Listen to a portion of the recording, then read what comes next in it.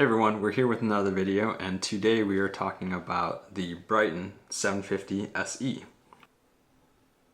So let's start off with the price. I bought this on Amazon for $193 with tax.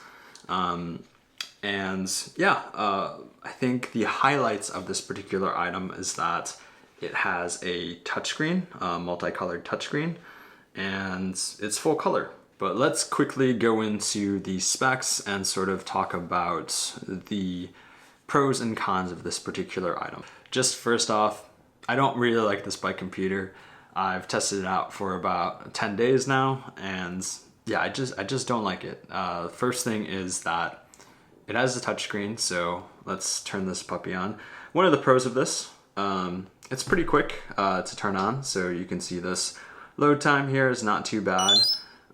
Gives a little chime at the beginning, and then basically just hit to go, and then you're basically you can hit start to go here on the right side of the computer here. So for those of you who like touchscreens, it's fairly responsive, not too slow. So you can see that I'm kind of just double tapping that. There you go. So fairly responsive. You can see there's a bit of a lag here, and sometimes you have to double tap it, so we can go to the navigation here too. You can see here it's pretty responsive, not too bad. But in general, pretty good touchscreen. I've hit it up with water. You can see that clip here, and it does pretty good with taps when it's been in water as well. This is also a 2.8 inch screen, similar to the IGP Sport IGS 630. So a pretty large screen here. You can see there are pre-configured screens here, so that's nice if you want to switch. This one is the one with the map here.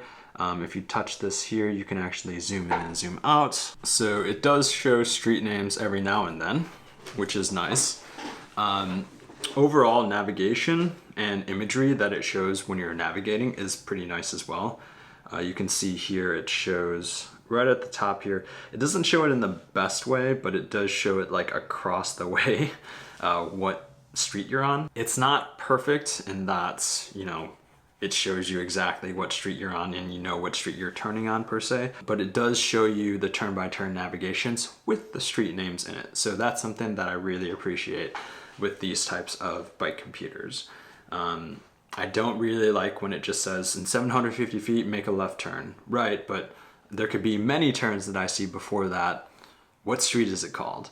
And that may or may not be the easiest, but when you're with a group, it's always good to see that. That really sort of ends the good things. So in general, I guess it does sync up with third-party devices or third-party apps like Strava and Training Peaks, so that's something that's nice. But the thing that I had a real issue with is the screen. So the screen, essentially, the backlight was not actually turning on a lot. So it was very, very difficult to see with the screen brightness. So what I found out was that on the display here, there's actually backlight duration. So I put that to smart. You can also change this to stays on. So I would recommend if you're out in the sun all the time that you leave that on. So what I've seen with the actual battery life is that it specifies on the box 40 hours. So you can see that right here, that it specifies 40 hours. And again, I think that's another up to. I got roughly 12 to 13 hours in real life. I think you'll end up with 10 to 12 hours of battery life for this. Let's round up that and start talking about the issues that I have with this bike computer. In the top right here, or sorry, this will be top left. If I click this, this will lock this. So obviously it's a touchscreen, so you know I can't really do anything with the rest of the screen here. So when I press these other buttons, I can still use whatever here to start it and stop it and what have you. Now, the issue that I have is now you double press that, and that's also what you can do to save it. And you have to sort of confirm that to save it.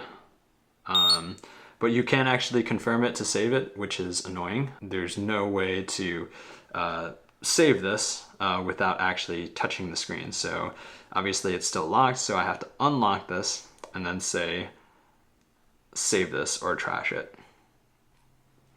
And then confirm it here. So it's nice that it has a few confirmations to actually do that, but I would hope that, you know, if I lock it, that I can basically do all the functionality that I can with the buttons. But that actually isn't the case. I actually have to save it with the touchscreen. One of the general reasons why I don't like touchscreens is because it's not the easiest to touch when you're riding on the bike, or when it's like rough on the road, different things like that. I find it just annoying in general to swipe it to switch the screen. Right now it's working pretty efficiently, but I've had some minor touches where it just doesn't go over. So I have to exaggerate this. So another annoying part is on the back here. This is a proprietary Bryton mount.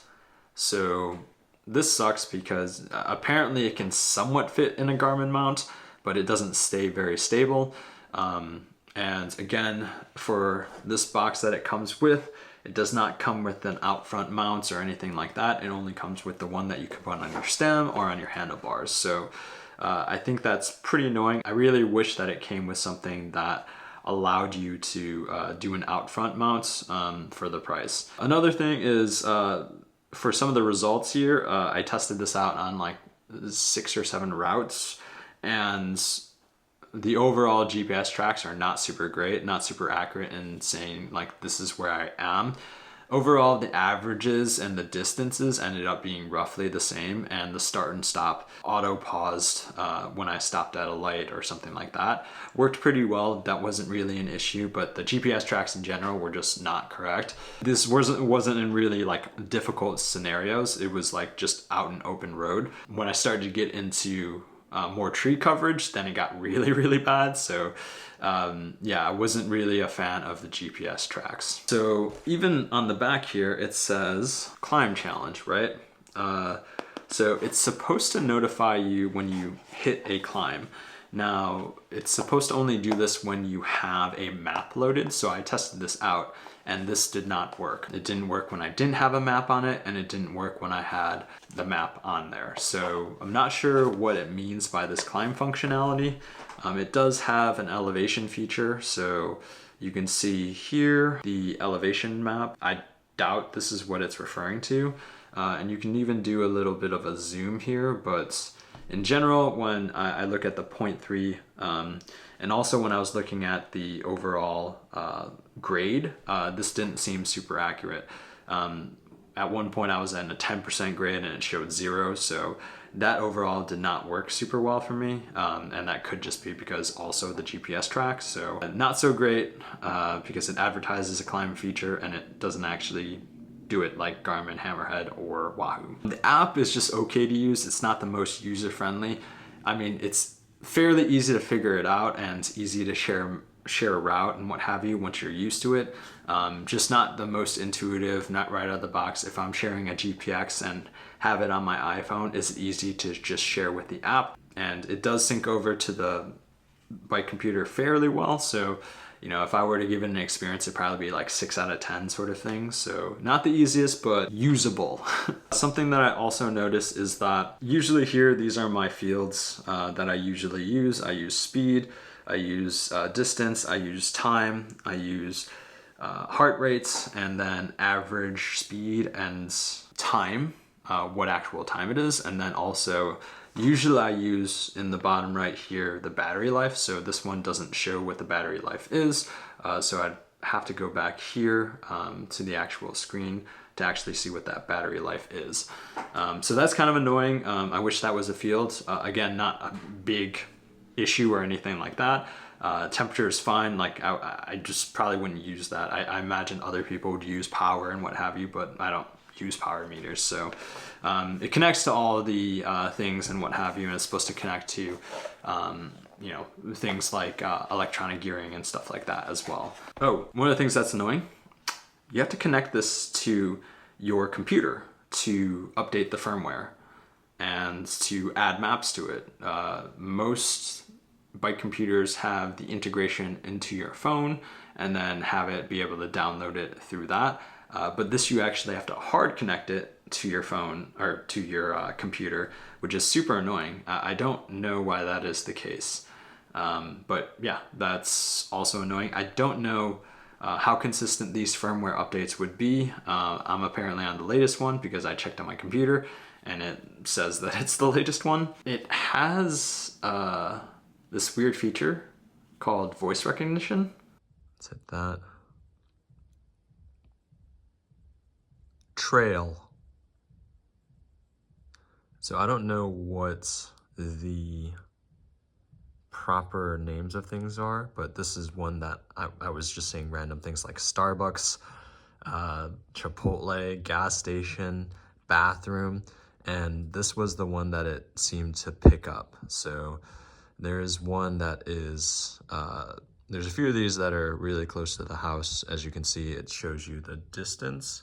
And one of the things that I noticed was that here, when I do, let's say, old school, and we hit the navigation, it does a pretty good job of like telling you where to go, and is showing you a map of where I'm supposed to go. So all of that is pretty straightforward and easy, but what actually works for this is strange. So if I say Starbucks,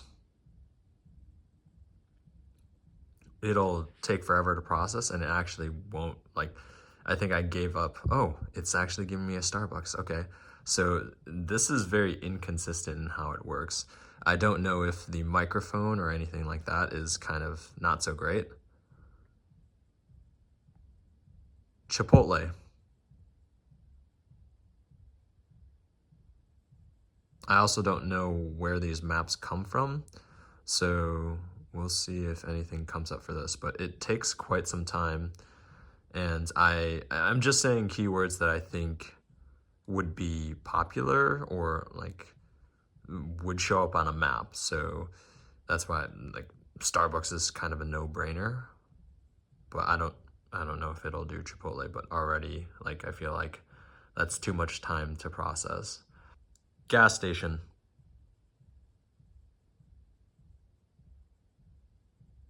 Like I feel like a gas station's probably pretty like common. Okay, here we go. It wasn't coming up with this before, but maybe I was too close to it. But now it's starting to show some things, so that's good. It does something. Requires you to be connected to your phone, so that's something that's also strange too. But obviously, you know, this doesn't have like Wi-Fi or LTE connectivity or anything like that. So when I connect to it, it acquires the position, and then you tap it to listen to you. So I can say like bike paths, and then I guess it uses your phone to look up any of those. But this is the majority of the time what I get when I'm looking this up. So this is pretty annoying to me.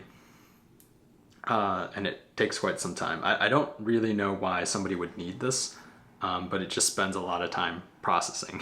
One of the other things that I thought was annoying is even with a 2.8-inch screen, you can only get 2 fields here on your map. So not the biggest issue. I get 4 for my 2.2-inch Wahoo. Why can't I get 4 here? Again, I had a brightness issue, but I think what you need to do for this is you should turn it on smart. And I think it will turn on and off based on the ambient light sensor that it has on here as well. So once you do that, you shouldn't really have any issues, or you can turn it always on the backlight. And then you shouldn't have any issues reading this. It is a glossy screen, so it's a little bit more difficult, but again, I don't think brightness wise, this one's really that different than the IGB Sport. So these are the two. So you can see they're pretty comparable. One's in dark mode and one's in light mode, so that's really the only difference there. But in general, pretty good, easy to read screen. In general, this one's not my cup of tea. I don't really like the GPS tracks. I like the navigation that it has, and then I do like the general battery life and the screen size. So yeah, I don't think this is a really good competitor to some of the Garmin or some of the Wahoo products. But if you can snatch this up for like $150, that's a pretty good deal. And it does generally what you want. If you like touchscreens, I guess this is probably the cheapest one that you can get with a touchscreen. So yeah, I don't like touchscreens, so I would never use this as my daily driver. But let me know in the comments what you think. I think this is overall decent. I'd rather have the IGS 630 than this because of the GPS tracks and other things like that. Integration with the Insta360 ecosystem. But thank you all for watching, and we'll catch you in the next video.